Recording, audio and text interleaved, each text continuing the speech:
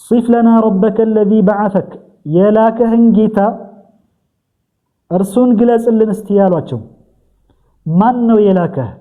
ብለው ጠየቋቸው አኪድ እነዚህ ይሁዶች በሚጠይቁበት ጊዜ ያን የጠየቁትን ጥያቄ መልስ ሲሰጣቸው ተቀብለው ለመሄድ ለመጠቀም አይደለም እንዲሁ ዒናደን ነው ነብዩ አለይሂ ሰላቱ ወሰላምን እንዲሁ ለመከራከል ለዚያ ነገር እንጂ በፍጹም ሐቅን ያወቁ ከመጥመም አንፃር ነው ጥያቄያቸው እንጂ ሊጠቀሙበት አልነበረም كزيام سورة الإخلاص ورده فأنزل الله عز وجل قل هو الله أحد الله الصمد لم يلد فيخرج منه ولم يولد فيخرج من شيء ولم يكن له كفوا أحد ولا شبه سورة الإخلاص ورده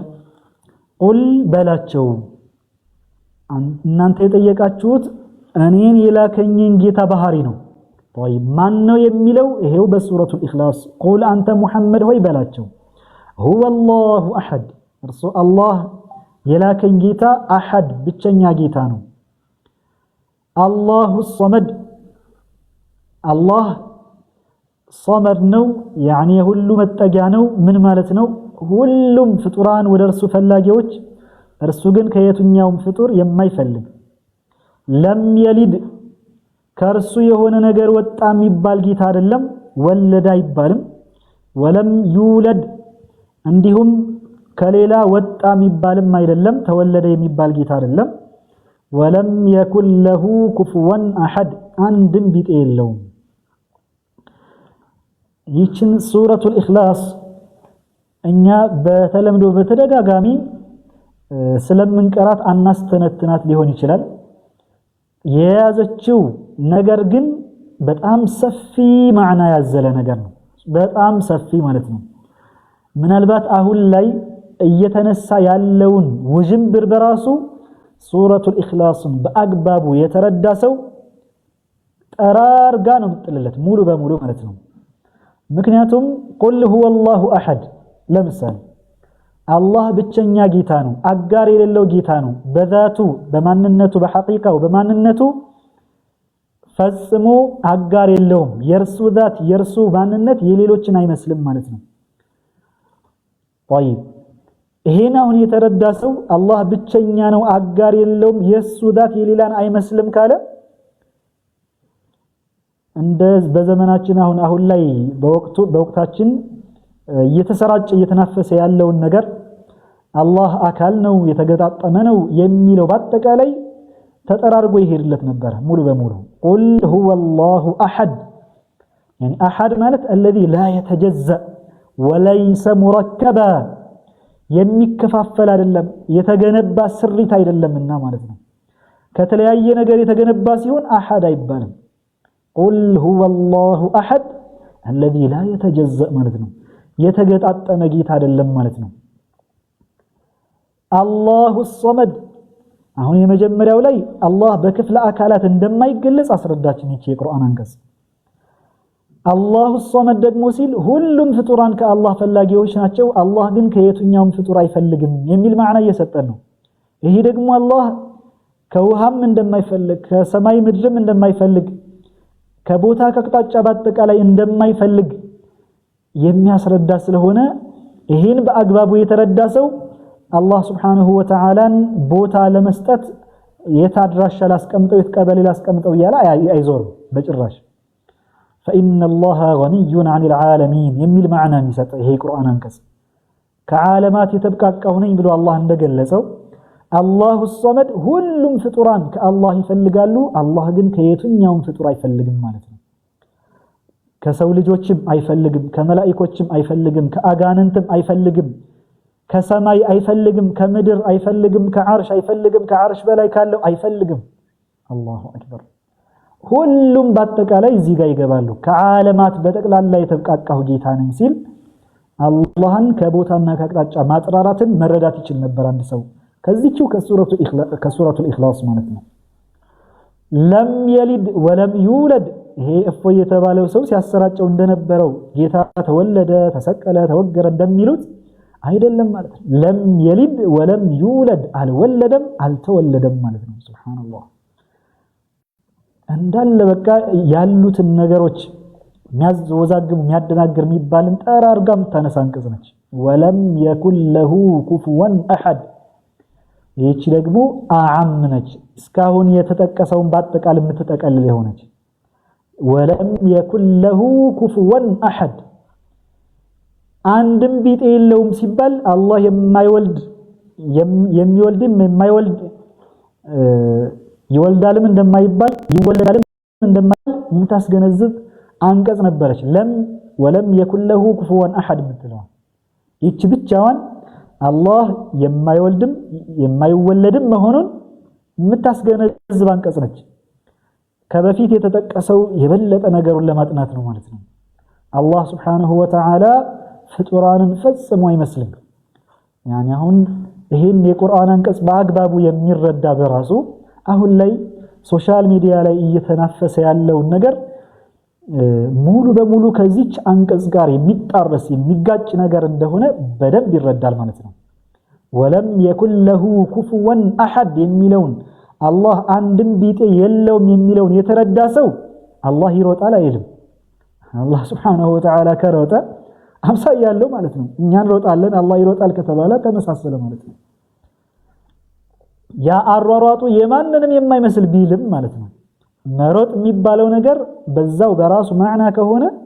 ዞሮ ዞሮ ሩጫ ነው አሯሯጡ እንግዲህ ምናልባት እንስሳ የሚሮጥበትና የሰው ልጅ የሚሮጥበት ከይፍያው አቋቋሙ ሁኔታው ይለያያል ዞሮ ዞሮ ግን ሩጫ ነው ወለም የኩን ለሁ ኩፉወን አሐድ የሚለውን የያዘ ሰው አላህ Subhanahu Wa Ta'ala ተቀመጠ አይልም ወለም የኩን ለሁ ኩፉወን አሐድ የሚለውን በደንብ የተረዳ ያመነበት ሰው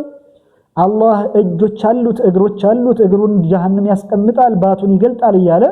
የተለያዩ ነገሮችን አይናገርም ወለም የኩን ለሁ ኩፉወን አሐድ አላሁ አክበር ጃሚዓ በጣም ሁሉ ነገር ጠቅልላ የምትይዝ አንቀጽ ነች ይሄን ነብዩ አለይሂ ሰላቱ ወሰለም ለተጠየቁት ሲፍ ለና ረብክ ተብለው ነው የጌታን ባህሪ አላህ የላከህን ጌታ ባህሪ እስቲ ንገረን ተብለው ነው አላሁ አክበር ይሄን ነገር በሚጠቅሱበት ጊዜ መጨረሻ ላይ ይሄን ገልጸው ቁርአን አንቀጹን አንብበውላቸው ከጨረሱ በኋላ ምን አላቸው فقال هذه صفة ربي عز وجل وتقدس علوا كبيرا ይህች ነች የጌታዬ ባህሪ አሁን የጠቀስኩላችሁ ነው እኔ የማመልከው ጌታዬ ይሄው አስተዋወቅኳችሁ የምገዛው ጌታዬ ይሄ ነው ብለው አስተዋወቁ ነብዩ አለይሂ ሰላቱ ወሰለም ከዚህ ውጭ የተለያዩ ሰዎች አሁን ላይ ልክ በቅርቡ እንደተከሰተው ከዚህ ውጭ ያለን አምላክ ሊያስተዋውቅ የተነሳ ሰው ሙስሊሞችን የሚወክል አይደለም ሙስሊምን የሚወክል እምነት አሁን ነብዩ አለይሂ ሰላቱ ወሰለም መሪያችን አላህን ያስተዋወቁን ነብይ አለይሂ ሰላቱ ወሰለም ጌታዬ የሚገለጸው በዚህ ነው ወህይ ወርዶላቸው መልስ ተቀመጠ ከዚህ ውጭ ባለ በተለያየ ክፍለ አካል ያዋቀረ የገነባ እየሰራ ይሄ ነው በቃ የሙስሊሞች አምላክ ካለ እሱም ከሽርኩ ጋር ሌላ እምነት ውስጥ ገብቷል ማለት ነው እና ያኒ ባጭሩ እንግዲህ እናስፋው ከተባለ ሱረቱል ኢኽላስ በጣም ብዙ መስፋት የሚችል አንቀጽ ነው ባጭሩ ግን ይሄን ይመስላል والله اعلم مرحبا شيخي بارك الله فيكم በጣም ትልቅ ነገር ነው ከዚህ የተማርነው ቀጥታ ወደ ጥያቄው ልግባ አሁንም ሁለተኛ ጥያቄ አላሁ ተዓላ በቁርአንና በሐዲስ የመጡ መገለጫዎች አሉትን ይላል እነሱንስ በምን መልኩ ነው የምንረዳቸው ተያያዥ ጥያቄ በቁርአን ወይም በሐዲስ ያልመጡትንስ አልተገለጸም ሊኖረውም ላይኖረውም ይችላል ይባላልን ባረከላሁ ፊኩም ይሄን መልስ አሁንም አላህ Subhanahu Wa Ta'ala በቁርአን ላይ የተገለጸባቸው ባህሪያት አሉት ወይ የሚለው ነዓም ነው እኛ አልহামዱሊላህ እንደ ሙዕተዚላዎች የአላህን ባህሪያት አናስተባብልም እንደ ሙሸቢሃዎችም የአላህን ባህሪያት ከፍጡራን ባህሪያት ጋር አናመሳስልም አልহামዱሊላህ አላህ ራሱን የገለጸባቸውን ከምንም ፍጡር ባህሪ ጋር ሳናመሳስል እንቀበላለን ይሄ ነው የኛ የአህሉ ሱናህ ወልጀማዓ የሙስሊሞች አቋም ማለት ነው طيب እነዚህ የመጡትን እንዴት ነው የምንረዳቸው የሚለውን ሐቂቀተን ሼክ አብዱራህማን አንድ ሰው መረዳት ከፈለገ የራሱን አመለካከት ማንጸባረቅ ካልፈለገ خالف تعرف የሚባል ቃዒዳ ላይ ከሌለበት خالف تعرف የሚባል አንዳንዱ መታወቅ ስትፈልግ ከሌሎች ለየት በል የሚባል ቃዒዳ አለና አንዳንዱ ይሄ እምነት ጉዳይ ላይ አይሰራም خالف تعرف የሚባለው ነገር ለየት ስትል ትታወቃለህ እንግዲህ ምናልባት ሌላው ላይ አላሁ አለም ነገር ግን ዲን ጉዳይ ላይ ሲሆን ከነዛ ከትልልቅ ስኮላሮች ከትልልቅ ዑለማዎች መስመር መውጣት እምነት መልቀቅ ደረጃ ማሳጣት ደረጃ የሚደርስበት ጊዜ አለ እና ይሄ ነገር እንኳንስ የዓቂዳው ጉዳይ ቀርቶ ሌሎች በራሱ ሙሉ በሙሉ ተፈጭተው በደንብ ደቀው ተቦክተው ተጋግረው አልቆላቸዋል እኛ መመገብ ብቻ ነው የሚቀረን ሱብሃንአላህ እና እነዚህን የሚመጡትን በተለይ በአላህ Subhanahu Wa Ta'ala ባህሪያት ጉዳይ ላይ የመጡ የቁርአንና የሐዲስ ንግግሮችን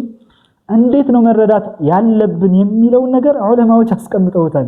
ሌላው ብዙ ውጅንብር ውስጥ የሚያስገባም ነገርም የለውም አልহামዱሊላህ በደንብ እነሱ ከክተው ጨርሰውታልና ማለት ነው الامام النووي رضي الله عنه وارضاه شرح صحيح مسلم ላይ شرح صحيح مسلم قص 6 ገጽ 36 ላይ ምን ይላሉ እርሳቸው እየተናገሩ የነበረው ስለ ينزل ربنا ስለሚለው ሐዲስ ነበር አሁንም ያኒ ፈጣሪ አላህ ይወርዳል ብሎ ይህ ሰው እስልምናን ወክይ የተከራከርኩ ያለው ሰው ተናግሮ ነበር ينزل ربنا ፈጣሪ አላህ ወደ ቅርቢቱ ሰማይ ይወርዳል ብሎ ይሄ የሙስሊሞችን እምነት የማይወክልን ነገር አንጸባርቆ ነበር ተመልከቱ የሙስሊሞች አቂዳ እምነት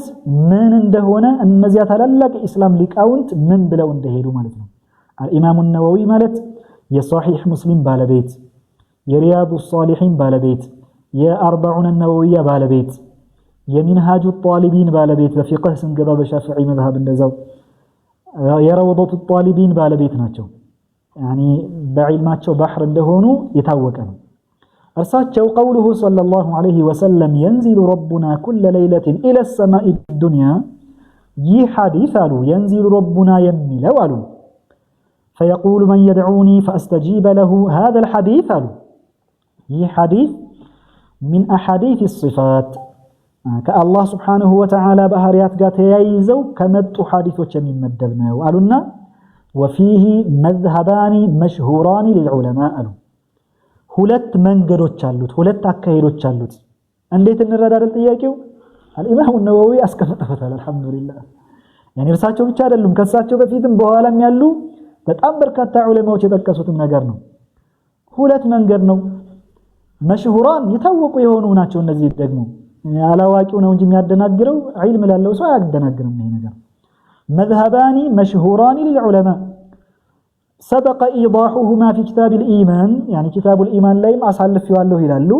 ومختصرهما أطر أدرجي جنسا قربو يلالو أن أحدهما عندن يوم انقر من دنو لهنة صفاوش يعني كالله بهاريات قايتازو የቁርአን ወይም የሐዲስ ንግግሮች ሲመጡ እንዴት ነው ማስተናገድ ያለብን የሚለውን ስንመለከታሉ አንደኛው መንገድ وهو مذهب جمهور السلف وبعض المتكلمين አብዛኛዎቹ ሰለፎች የሄዱበት መንገድ ነው አሉ وبعض المتكلمين كفيل የተውሂድ ምሁራንም እንደዛው የሄዱበት መንገድ ነው አሉና انه يؤمن بانها حق على ما يليق بالله تعالى ይሄ ቁርአን ለምሳሌ الرحمن على العرش استوى ሊሆን ይችላል يؤمن بها እነዛ አብዛኛዎቹ ሰለፎች የሄዱበት መንገድ ምንድነው ቁርአን በመሆኑ እናምንበታለን ነው የመጀመሪያው አንዳንድ ሰዎች እኛ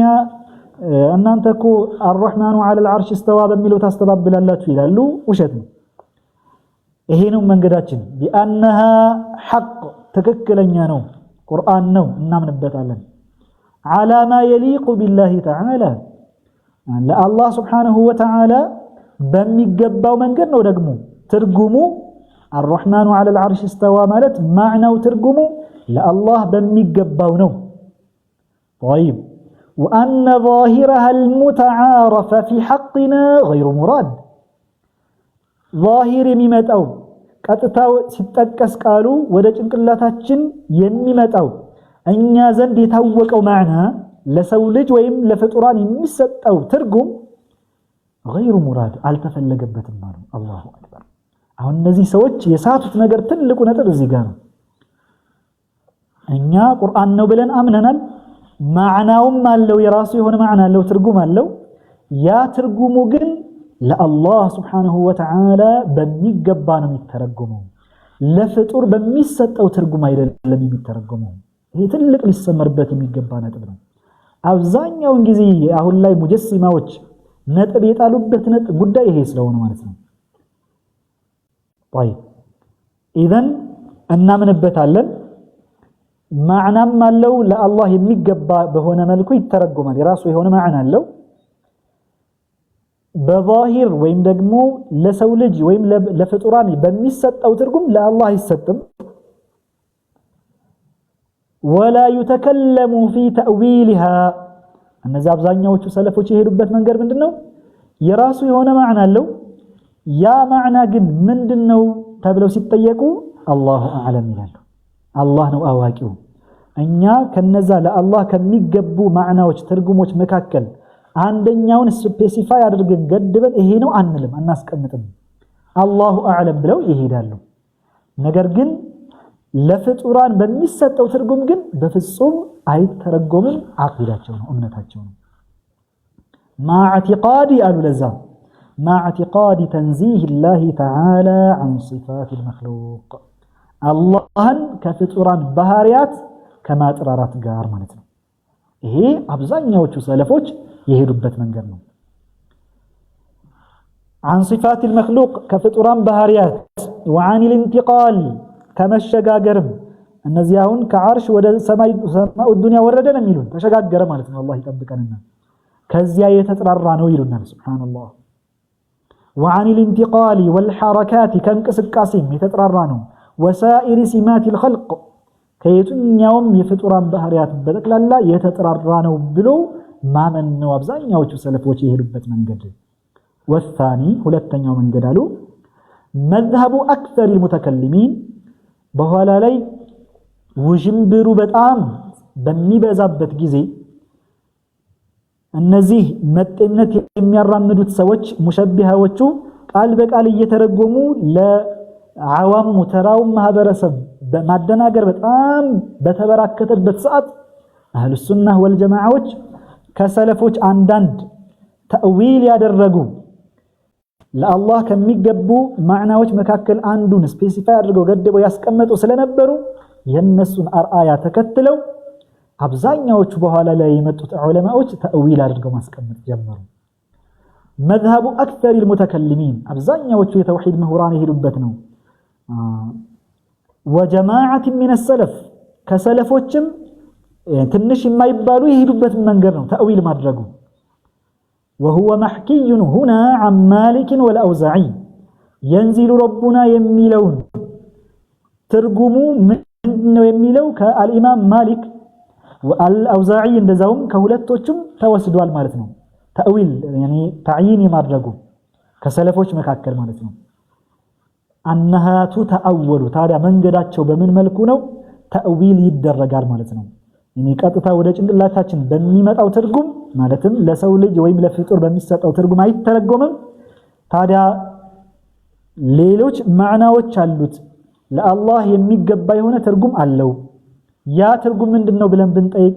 አብዛኛዎቹ ኸለፎችን ምን ብለው ይመልሳሉ ይሄ ነው ብለው ያስቀምጡልናል ማለት ነው على ما يليق بها بحسب مواطنها በየቦታው እንደየአስፈላጊነቱ ወይም እንደየአገባቡ አገባባዊ ፍች ይሰጠዋል ማለት እንጂ ለአላህ ልክ ለፍጡራን በሚሰጠው ማዕና አይተረጎምም ይላሉ ጠቅለል ስናደርገው ሰለፎችም ኸለፎችም የጋራ የሚያደርጋቸው ነገር ሁለቱም አንድ የሚያደርጋቸው ነገር እነዚህ የቁርአን አንቀጾችን ወይም የሐዲስ ንግግሮችን እናምንባቸዋለን እንላለን ሁለተኛ የራሳቸው የሆነ ማዕና አላቸው እንላለን ሶስተኛ እነዚያ የራሳቸው የሆነው ማዕና ለፍጡር በሚሰጠው ትርጉም አይተረጎምም ይላሉ። የጋራቸው ነው እስከዚህ ድረስ። አራተኛው ላይ ልዩነት ተከሰተ። ከነዚያ ለአላህ ከሚገቡት ትርጉሞች መካከል የትኛው ነው ትርጉሙ ብለን ብንጠይቅ ሰለፎች አብዛኛዎቹ አላሁ አዕለም ብለው ይሄዳሉ። ይቻላል፣ ይሄም መከር ትክክለኛ ነው። አብዛኛዎቹ ኸለፎች ደግሞ ከነዚያ ከሚገቡ ትርጉሞች መካከል አኪድ ቋንቋው የሚቀበለውን የሆነ መርጠው ይሄ ነው ለአላህ የሚገባው፣ ሌሎች የቁርአን የሐዲስ ንግግሮችን አመሳክረው መሰረት አድርገው ማለት ነው። በዚህ መልኩ ነው አብዛኛዎቹ ሰለፎች ኸለፎች አካሄዳቸው የሆኑ የቁርአን ወይም የሐዲስ ንግግሮች ከአላህ ባህሪያት ጋር ተያይዘው ሲመጡ የሚያስተናግዱት በዚህ መንገድ ነው ማለት ነው። ያኒ ሁለተኛ ጥያቄ ወደ መጨረሻ ተጠይቆ የነበረው ጥያቄ በተመለከተ አሁን ላይ ያኒ ክርክሩ ላይ ተነስቶ የነበረ ነገር ነው። የሆነ የፍጡር ባህሪ ጠቅስና ጠያቂው ለምሳሌ የሆነን የፍጡር ጭንቅላት ለምሳሌ ብሎ ይጠይቀዋል ወይ ብልት ብሎ ይጠይቀዋል። መላሹ ምን ብሎ ይመልሳል? አልተገለጸም፣ ሊኖረውም ላይኖረውም ይችላል። ኢና ሊላሂ ወኢና ኢለይሂ ራጂዑን። አልተረዳህም እንጂ እንግዲህ የተጠቀሰው የፍጡር ባህሪ ነው። ጭንቅላት የኛ የፍጡራን ባህሪ ነው። ብልት የኛ የፍጡራን ባህሪ ነው። ይሄ ተጠቅሶ ሊኖረውም ላይኖረውም ይችላል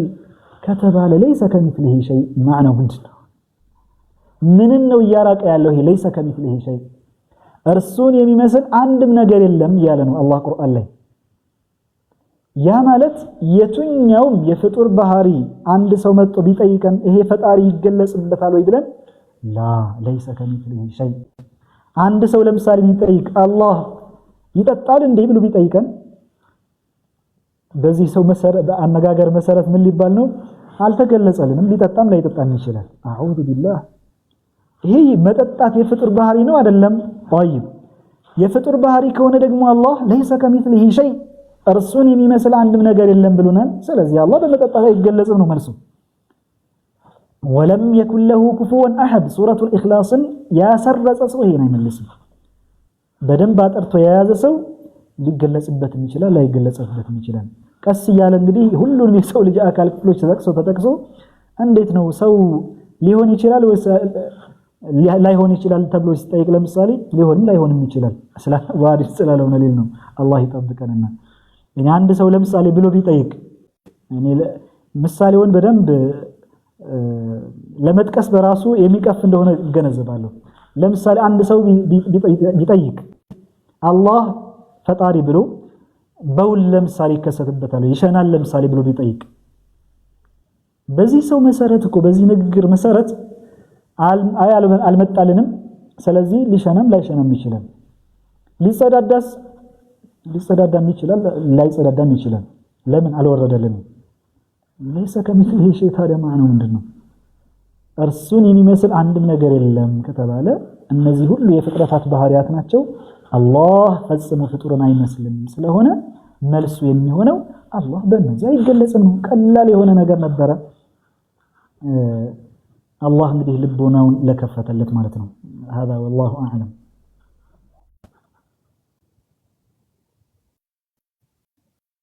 መርሐበን ተባረከላሁ ፊክ። ስለዚህ እኛ የምናመልከው የሚታወቅ የሆነ ጌታ ራሱን በገለጸበት እንጂ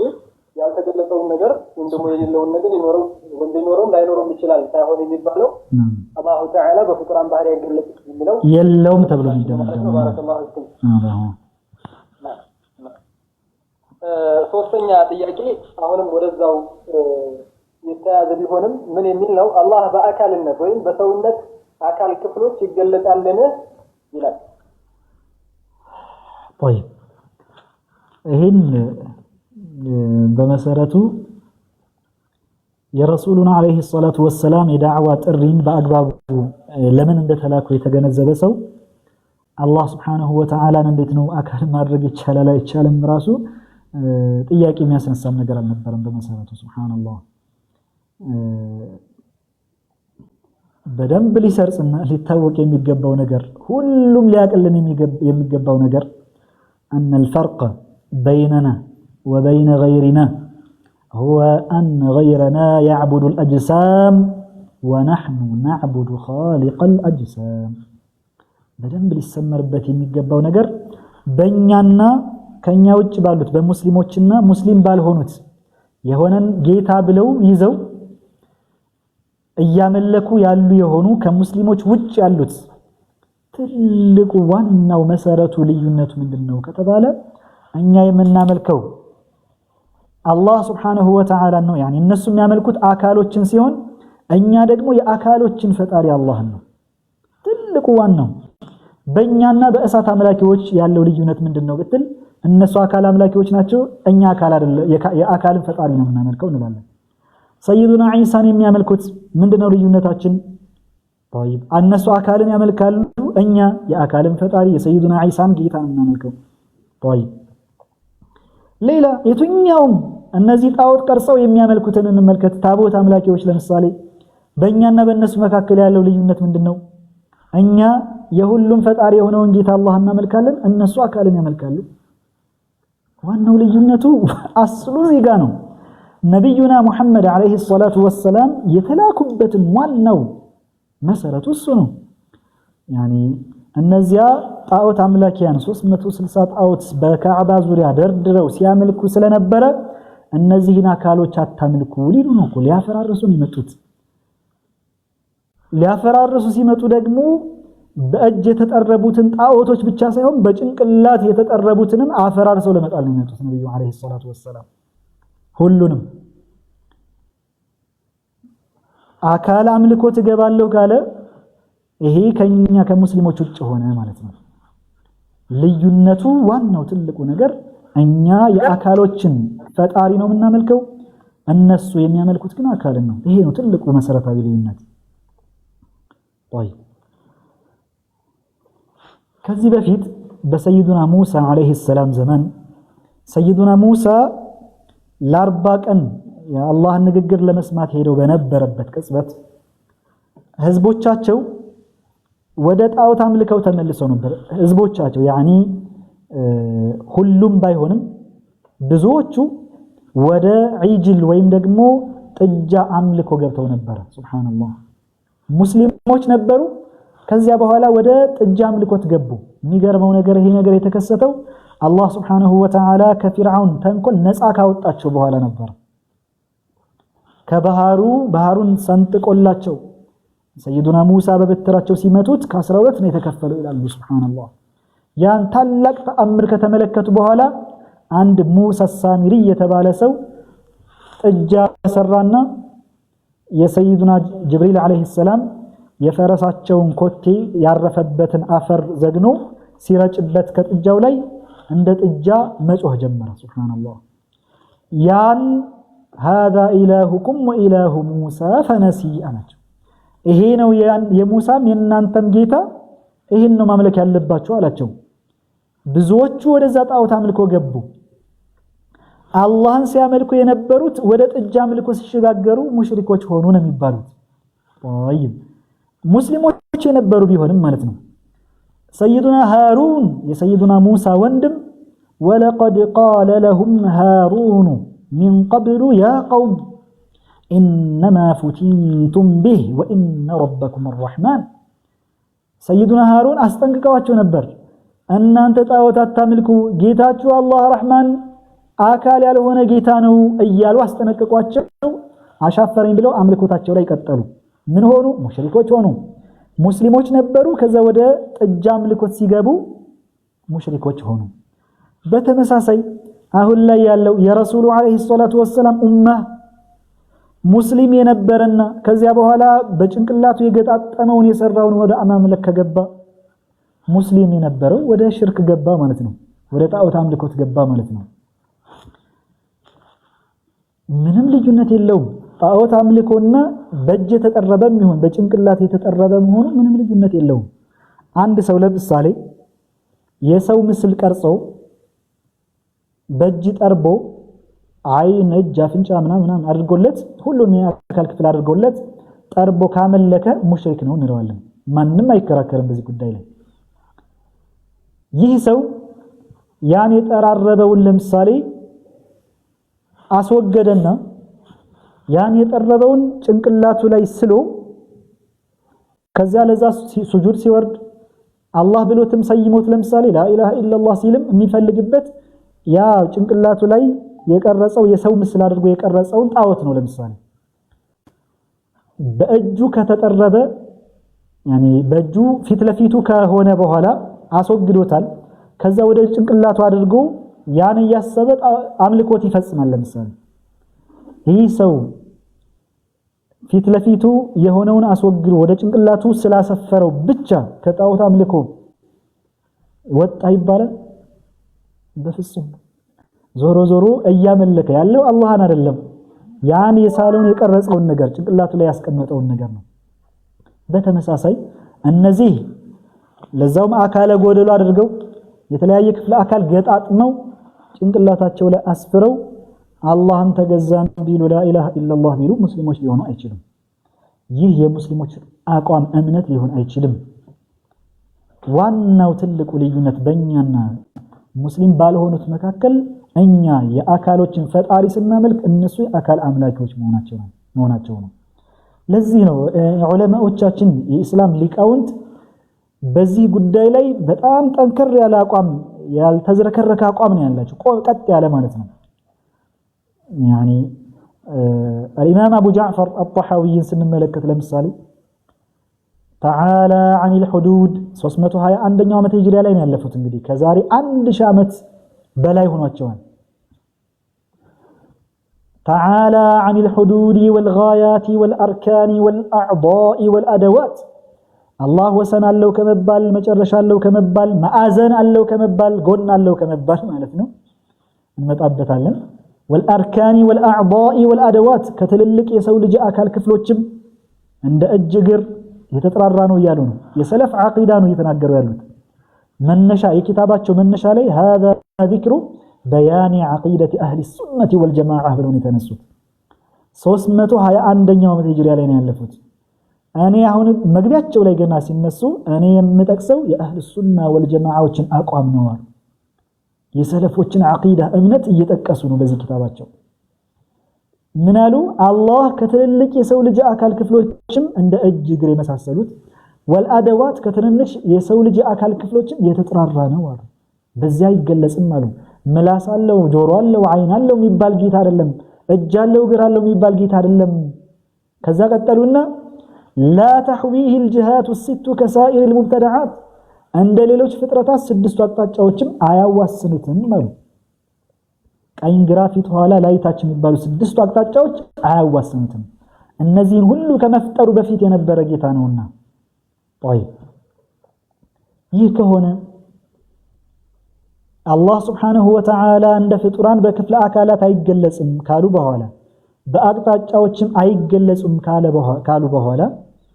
የገለጸ ሰውስ ሁክሙ ፍርዱ ምንድነው የሚል ጥያቄ ከተነሳ ራሳቸው ምን ብለው መለሱ? አስከትለው በኋላ ወደ ኋላ ትንሽ ቆየት ብለው ገፋ ብለው የኪታቡ ኋላ ላይ ምን ይመጣል? ወመን ወصف الله بمعنى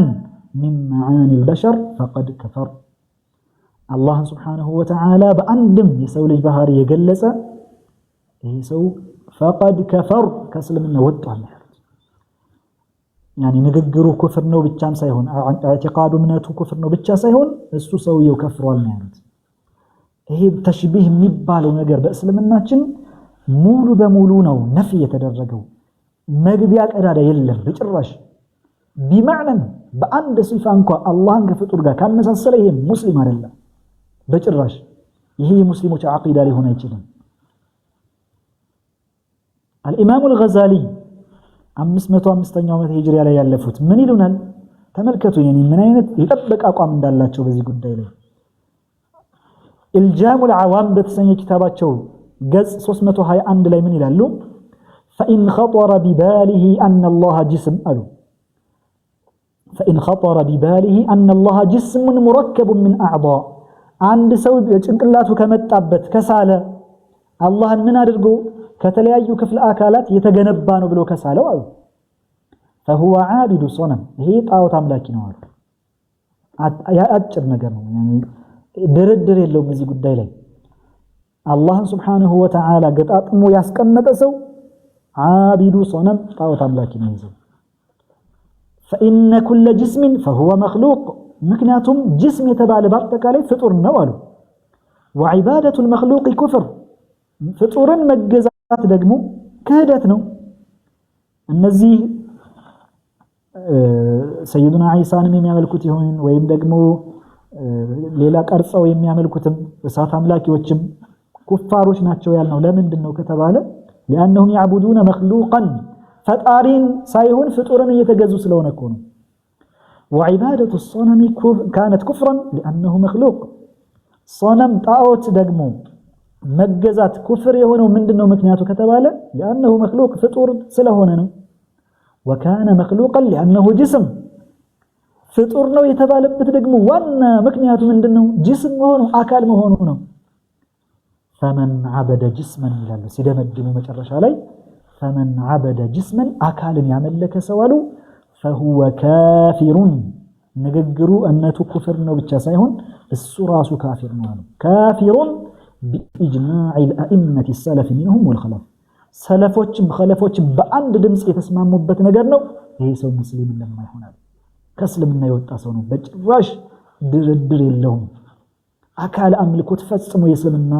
እምነት ሊሆን አይችልም ፈጽሞ በመጨረሻ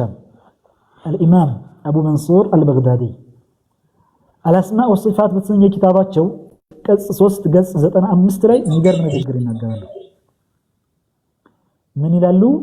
ولا إشكال ይላሉ لذي لب سبحان الله في تكفير الكرامية مجسمة خراسان من قالوا من የሚያደናግር የሚያወዛግብ ነገር እኮ አይደለም አሉ ለማን ነው ግን አሉ የማያወዛግበው لذي لب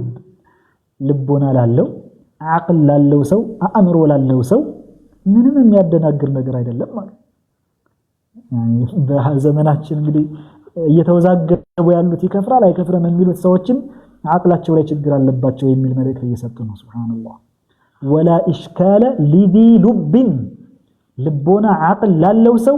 ምንም አያወዛግብም አያደናግርም አሉ في تكفير الكرامية مجسمة خراسان ላይ ያሉት ሙጀሲማዎች በዘመናቸው የነበሩ ሙጀሲሞች ከራሚያዎች እዛ ጋር ነበሩና ሙሐመድ ኢብኑ ከራም የሚባለውን ሰው የተከተሉ ሙጀሲማዎች ነበሩ አካል አምላኪዎች አላህን አካል ያደረጉ ማለት ነው እነዚያ ያሁኑ ክርክር ላይ ቀርቦ የነበረውም ሰው የዛን ረዝራጅ ነው ያዘው የሱን ነው ያዘው ሙሐመድ ኢብኑ ከራም የሚባል ዋና የሙሸቢህ አለቃ አለ ሱብሃንአላህ የሱ ተከታዮች አልከራሚያ ይባላሉ እነዚያ ካፊር መሆናቸው አቅል ላለው ሰው የሚያወዛግብ የሚያደናግር ነገር አይደለም ማለት ነው ምን ስላሉ في قولهم إن الله تعالى جسم الله سبحانه وتعالى آكال نو يالوت سوج